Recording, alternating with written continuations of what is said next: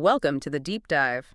Ever stop and think about how much of your feeling about a brand, maybe the one you always trust, or just, choose, is actually put there on purpose? Or how companies, well, how they handle their reputation when news travels so fast? Today we're digging into public relations, and it's way more than just crisis stuff or sending out press releases. Really, it's about a planned, sustained effort to build real connection, real understanding between a company and, well, everyone it deals with. That's spot on. We've sort of pulled together a whole range of insights on this. It's a powerful force, often working behind the scenes. Our goal today, to lay out the careful strategic work that goes into building that goodwill and mutual understanding. We'll look at what PR actually does, the frankly huge power of a business's image and all the different groups it's trying to connect with. Right. So this is your shortcut to understanding the strategy behind how businesses talk to the world. It might give you a fresh look at everything from a company's big announcement to, yeah, the products you pick up, maybe without even knowing exactly why. Okay, so where do we start with this? The basics, I guess. Public relations is defined as a planned and sustained effort. It's really focused on establishing and then maintaining goodwill and mutual understanding. Between who? Between a business and its publics. And publics is such a key term here. It's not just customers. It's basically any group a business interacts with Yeah. or any group that has a stake in or can affect whether the business hits its goals. Think stakeholders maybe, but it's more dynamic than that. It implies a relationship. Okay, so when PR aims to develop good relations, what does that actually involve? What are the core things they're doing to build that goodwill? Well, it's quite a mix. Definitely includes actively working on positive relationships with all these different groups. Mm. It's also about managing, sometimes even getting ahead of bad news or rumors that could really hurt the company's image.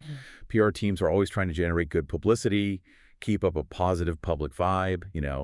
And crucially, it's about shaping a specific image. Maybe they want to be seen as innovative or super reliable or just plain honest. And the payoff, the so what's factor, sounds massive. If PR is done well, integrated properly, it shapes how we feel about a company, and that feeling, it directly nudges our buying choices, which obviously leads to more sales, better profits, bigger market share. So how does this planning turn into actual stuff they do? It's fascinating, actually.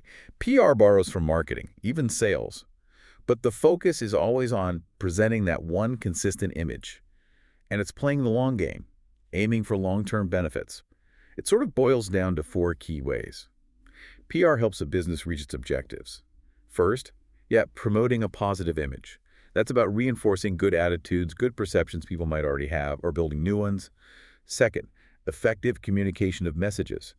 Using all the tools, ads, promotions, publicity, even personal selling, just to get information out there clearly. Okay, image and communication. What else? Then there's issues monitoring. This is like an early warning system. It spots public trends that could hit sales.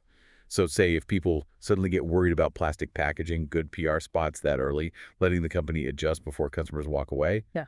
It's about protecting sales, really. Ah, proactive. I like that. Exactly. And finally, crisis management. This is about protecting the reputation when bad rumors or negative press hits. Because if that's not handled fast and well, sales can plummet and trust is hard to win back. It keeps coming back to image, doesn't it? That carefully built perception. How much does that image really sway us when we're choosing things? Oh, massively. And it's absolutely a craft. Business leaders know just how much careful work goes into shaping image. I mean, look at huge companies, Apple, Google, Samsung. They pour resources into projecting a very specific vibe. And success is when we, the public, see the company just how they want us to see them. Getting that right has huge implications for their long-term success in the market. Yeah, and it's crucial to get this. A good business image doesn't just happen. It needs careful thought, development, constant management. It's an ongoing process. So for you, the listener, what does this carefully made image mean? It might mean you trust a product more or feel better buying a certain brand. Maybe you feel like a company's values match yours. It's often why you grab that brand off the shelf, even if you couldn't quite say why in the moment. Right.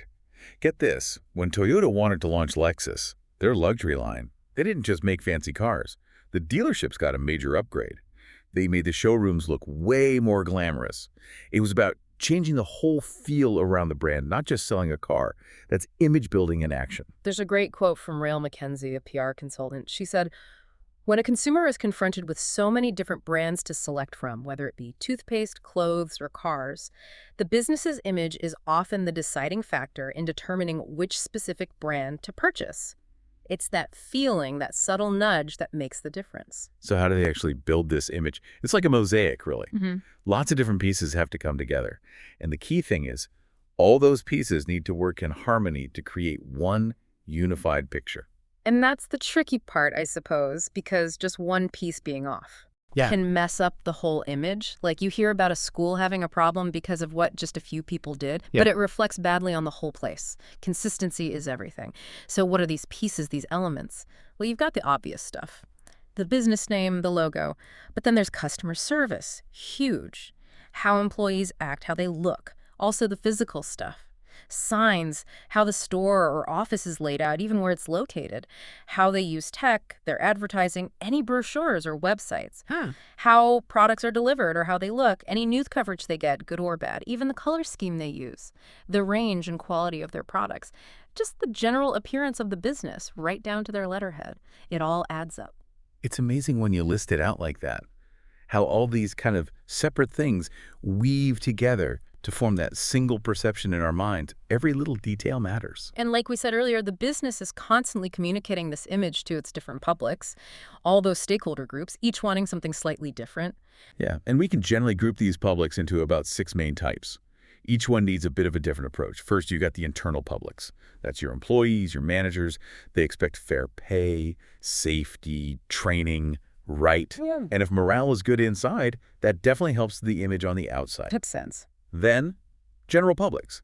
Basically, society. They expect businesses to be fair, honest, ethical, just good citizens. Local community publics are vital too. Residents, local groups, they want the business to be a good neighbor, a positive part of the community. Like supporting local events, maybe? Yeah, things like that. Then you have citizens action publics. Think environmental groups, consumer advocates.